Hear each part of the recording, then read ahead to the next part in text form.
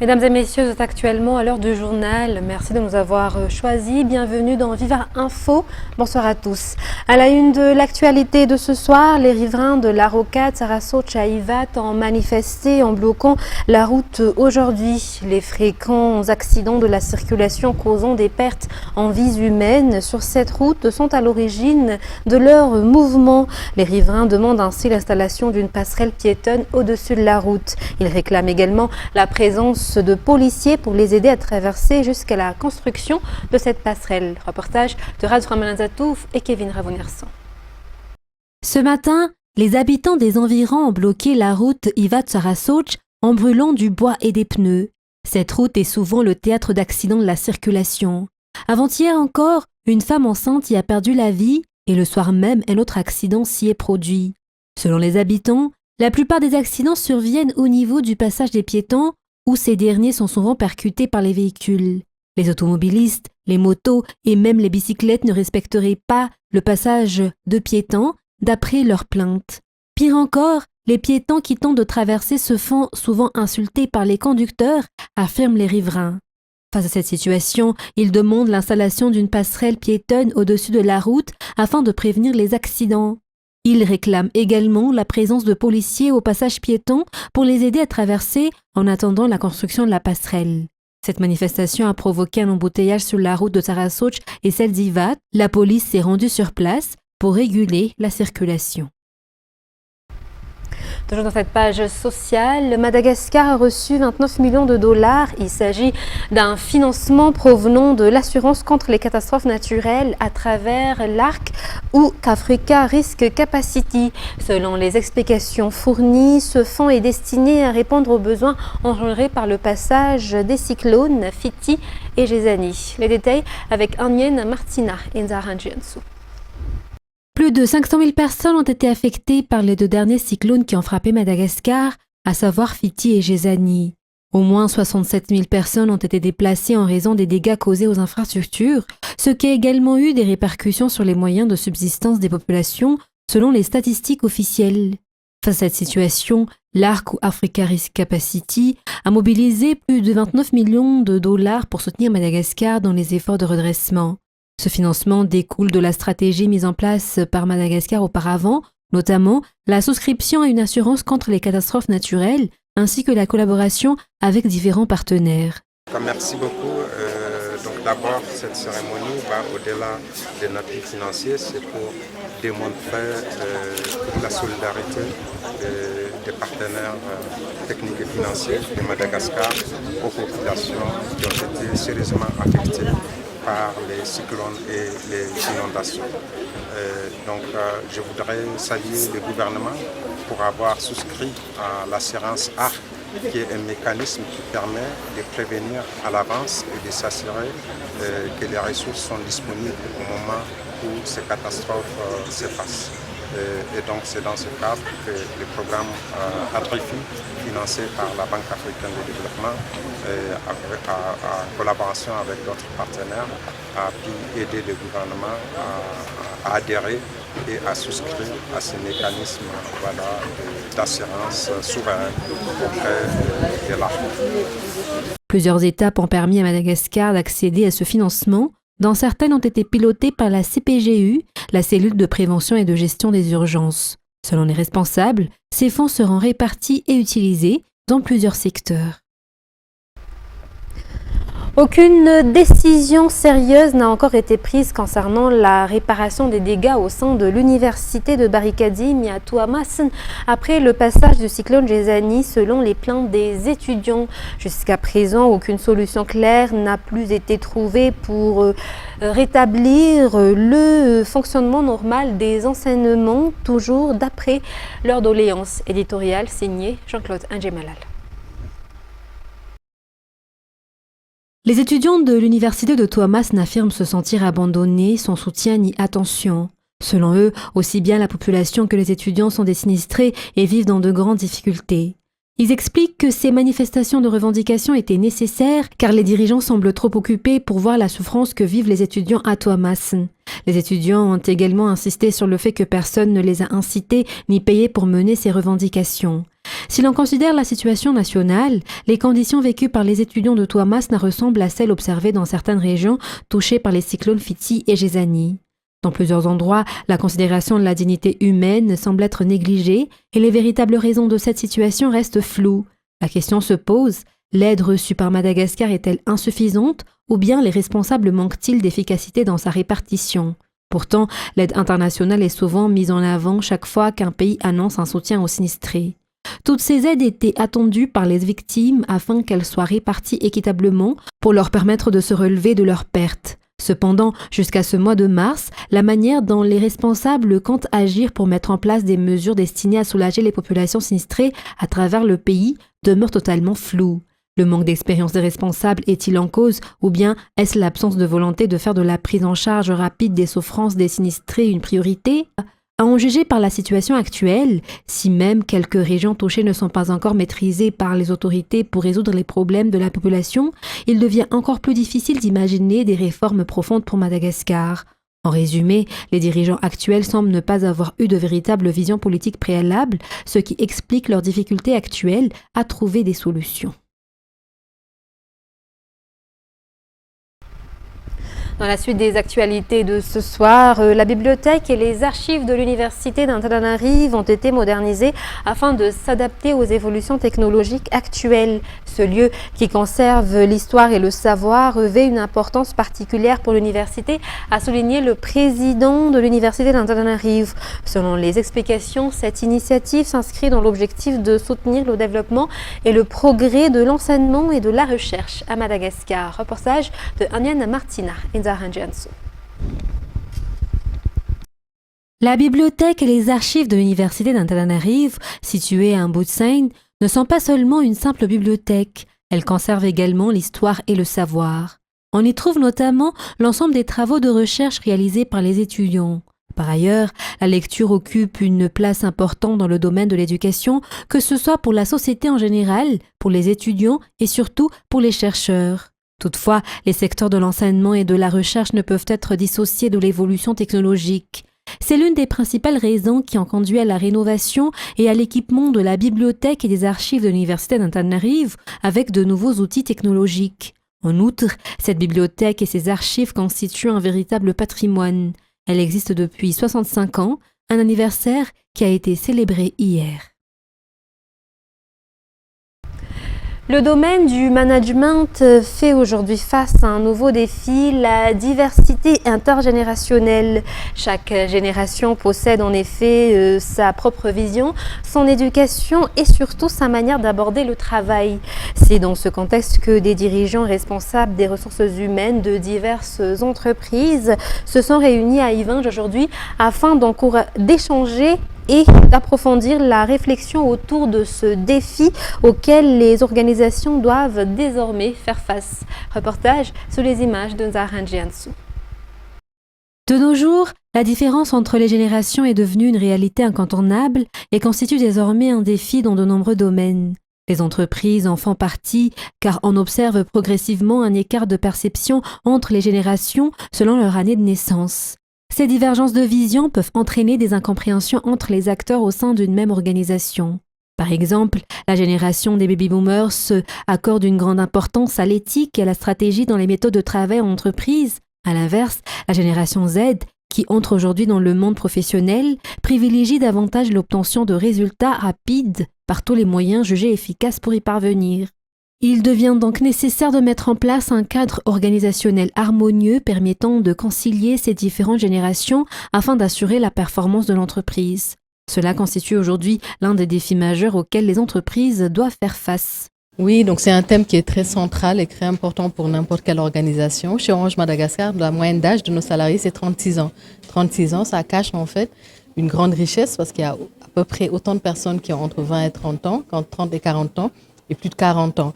Et donc, on a cette richesse des personnes qui sont là depuis le tout début. Orange est présent à Madagascar depuis plus de 25 ans. Donc, des bâtisseurs, des gens qui ont construit le réseau et qui travaillent au quotidien, cohabitent avec des personnes qui viennent d'arriver ou qui sont arrivées il n'y a pas très longtemps. Et donc, le défi, mais aussi la formidable aventure humaine d'une organisation, c'est d'arriver à créer des ponts, à faire de l'ouverture, que les gens apprennent à se connaître, à se découvrir, à s'écouter, que chacun puisse avoir la parole. Et à travers ça, ça ouvre des ponts entre les différentes générations et ça crée ce qu'on appelle la dynamique collective qui propulse l'entreprise. La mise en place de stratégies numériques efficaces ainsi que le respect de la structure hiérarchique de l'entreprise, notamment en matière de prise de décision finale, figurent parmi les points évoqués lors de cet atelier d'échange consacré au management multigénérationnel. Cet événement, organisé sur une demi-journée à Yvain, j'ai réuni plusieurs entreprises privées, de jeunes issus des générations X, Y et Z, ainsi que des responsables des ressources humaines venus partager leur expérience et réfléchir aux moyens de relever ce défi. Toujours dans cette page sociale, parlons de développement local. Les 30 projets retenus dans le cadre du programme TADDAG ou Tantsur Kawan Diaspora ont été officiellement présentés aujourd'hui à Mbudvoun. Ce programme repose sur une collaboration entre la diaspora malagasy et les organisations de la société civile en vue de promouvoir le développement local à Madagascar. Un appel à projet a été lancé, lequel a permis de sélectionner ces 30 initiatives à travers toute la grande île. Au total, 15 régions ont été retenues pour la mise en œuvre de ces projets. Un reportage toujours sur les images de Zahran Jenso. Les régions Diana, Bouin, Alanzrouf, Alojamangour, Analamang, Itas, Vatnakarach, Amurunmani, Menabe, Otmatsiach, Vadvav, Fitvnan, Atimotsnan, Anos et Anjoui ont été sélectionnés pour la mise en œuvre des 30 projets de développement local dans le cadre du projet TAD, Tantsur Kawan Diaspora. L'année dernière, un appel à projet a permis de sélectionner ces 30 initiatives. La diaspora malagasy travaille en collaboration avec les organisations de la société civile pour leur réalisation. La région Anos figure parmi les bénéficiaires de ces projets. Selon ses responsables, ce type d'initiative est particulièrement le bienvenu car il complète et renforce les actions de développement local déjà en cours dans la région. Et parmi les partenaires, l'ambassade de France qui affirme que ces projets tombent à point nommé pour les populations locales en quête de développement. La France, au travers de l'AFD et de Expertise France, on est heureux de participer à un renforcement des liens entre Madagascar et sa diaspora au travers de projets qui sont concrets, avec des impacts directs et visibles pour la population. Ça s'inscrit dans le cadre du partenariat renouvelé entre la France et Madagascar qui veut justement apporter des solutions concrètes à la population où qu'elle soit. Donc l'importance d'avoir des projets qui bénéficient à l'ensemble des régions de Madagascar. Les 30 projets portent sur plusieurs domaines, l'éducation, la santé, l'environnement, l'agriculture, la nutrition, l'inclusion sociale, la vie communautaire, la mobilité, la technologie, ainsi que les infrastructures de base. Ils correspondent pleinement aux réalités et aux besoins locaux dans les différentes régions concernées. Ces projets ont été présentés officiellement aujourd'hui à Mbudvoun dans le cadre du programme TADDAG, Tantsur Kawan Diaspora, un programme relevant du ministère des Affaires étrangères, financé par l'AFD et Expertise France. Dans l'actualité culturelle de ce soir, 2 rappeurs français issus de 2 générations différentes viendront à Madagascar pour réaliser un spectacle international au mois d'avril prochain. La Fouine et Gazo, 2 artistes français très populaires. Selon les explications, cet événement s'inscrit dans la dynamique de développement du secteur culturel et vise également à favoriser les échanges entre Madagascar et d'autres pays. Reportage de Aniane Martina et Zahran Jenso. La Fouine est un rappeur français qui s'est fait connaître et a consolidé sa notoriété à partir des années 2010. L'un des titres qui l'a particulièrement fait connaître est Tous les mêmes. De son côté, Gazo est également un rappeur français très populaire qui a commencé à publier ses premiers titres vers 2021. Ces 2 artistes de rap, chacun représentant son époque, peuvent être considérés comme des artistes internationaux. Ils viendront à Madagascar pour donner un grand concert au mois d'avril prochain à Antananarivo. Sans les explications, ce spectacle vise à contribuer au développement du secteur culturel et à renforcer les échanges entre différents pays.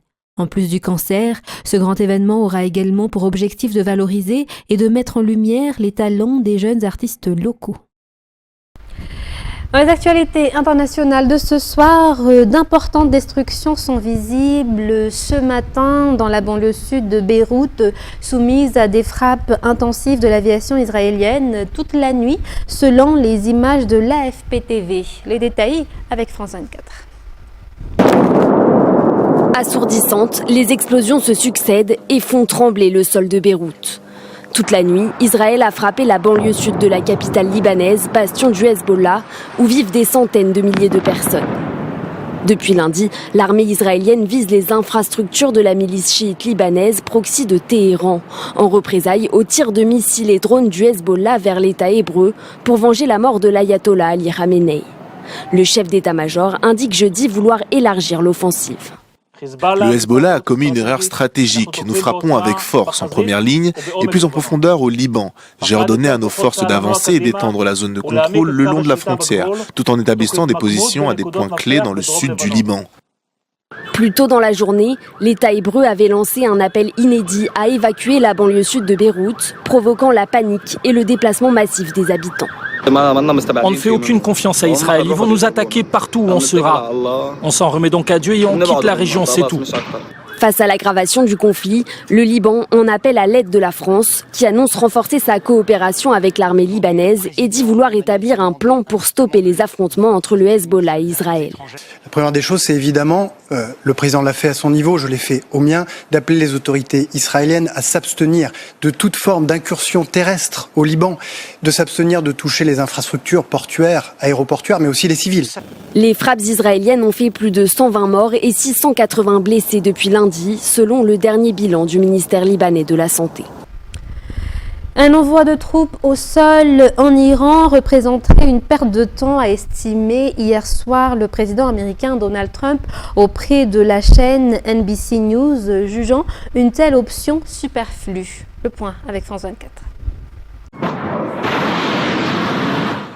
On renverse rarement un régime seulement depuis les airs. Si c'est bien l'objectif des frappes américano-israéliennes en Iran, les missiles pourraient ne pas suffire. Dans une interview au New York Post, Donald Trump a déclaré qu'il enverrait des troupes au sol si nécessaire. Mais avec seulement 12% des Américains favorables à une intervention terrestre, une telle décision pourrait coûter cher aux républicains. Le plus haut gradé de l'armée a tenté mercredi d'éviter la polémique. Je ne vais pas faire de commentaires sur la présence de troupes américaines sur le terrain. C'est une question pour les décideurs politiques. Je ne prends pas les décisions, je les exécute. Avant un éventuel envoi de troupes américaines, Donald Trump s'est dit tout à fait favorable à une offensive des factions kurdes contre Téhéran.